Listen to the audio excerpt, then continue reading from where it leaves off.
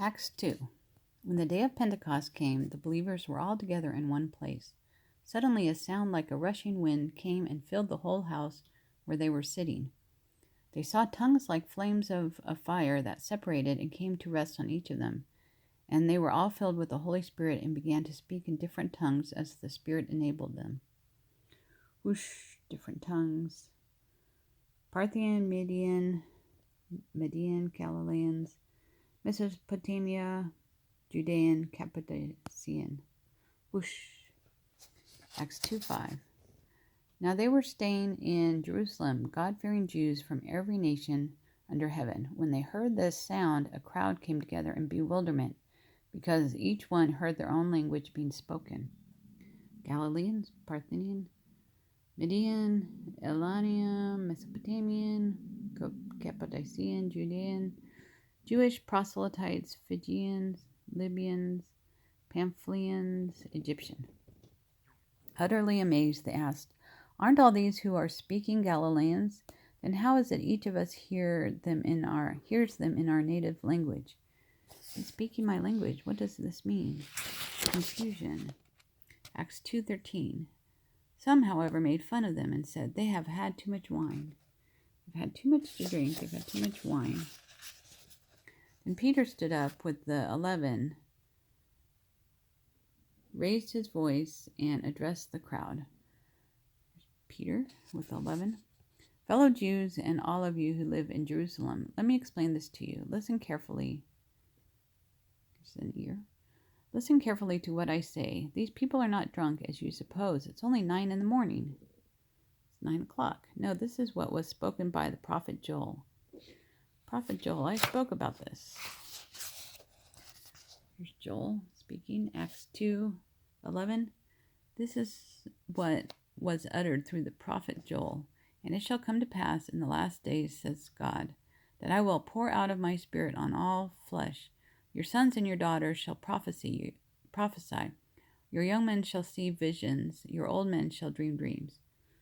Your sons and your daughters shall prophesy. Your young men shall see visions. Your old men shall dream dreams. And on my men servants and on my maidservants I will pour out my spirit in those days, and they shall prophesy."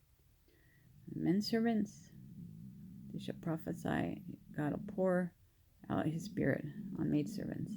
Prophesy. They will prophesy. Acts 2:19. "I will show wonders in heaven above and signs in the earth beneath, blood and fire and vapor of smoke. The sun shall be turned into darkness and the moon into blood before the coming of the great and awesome day of the Lord. He will show wonders and signs above and signs in the earth below, blood and fire and vapor of smoke. The sun shall be turned into darkness and the moon into blood before the coming of the great and awesome day of the Lord. And it shall come to pass that whoever calls on the name of the Lord shall be saved." Whoever calls on the name of the Lord will be saved. Acts 2:24. "It was impossible for death to keep his hold on him.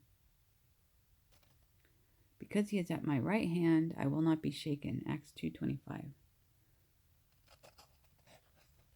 Jesus is at my right hand, I will not be shaken. Acts 2:25. David said about him, Jesus, "I foresaw the Lord always before my face, for he is at my right hand, that I may not be shaken." The Lord is before my face, the Lord is at my right hand, he won't be shaken. "Therefore my heart rejoiced and my tongue was glad. Moreover, my flesh also will rejoice in hope." My heart rejoices, my tongue is glad, my flesh will rejoice in hope. "For you will not leave my soul in Hades, nor will you allow your Holy One to see corruption." You won't leave me in Hades, and you won't allow your Holy One to see corruption. "You have made known to me the ways of life. You will fill me with joy in your presence." You will fill me with joy in the presence of God. You have made known to me the ways of life. Ways of life. Yay. Acts 2:26. "Therefore my heart rejoices and my tongue is glad." My body also will live in hope. Acts 2:26. Hope, hope, hope. You will not abandon me to the grave. Acts 2:27. You have made known to me the paths of life. Acts 2:28. You will fill me with joy in your presence. Joy in your presence.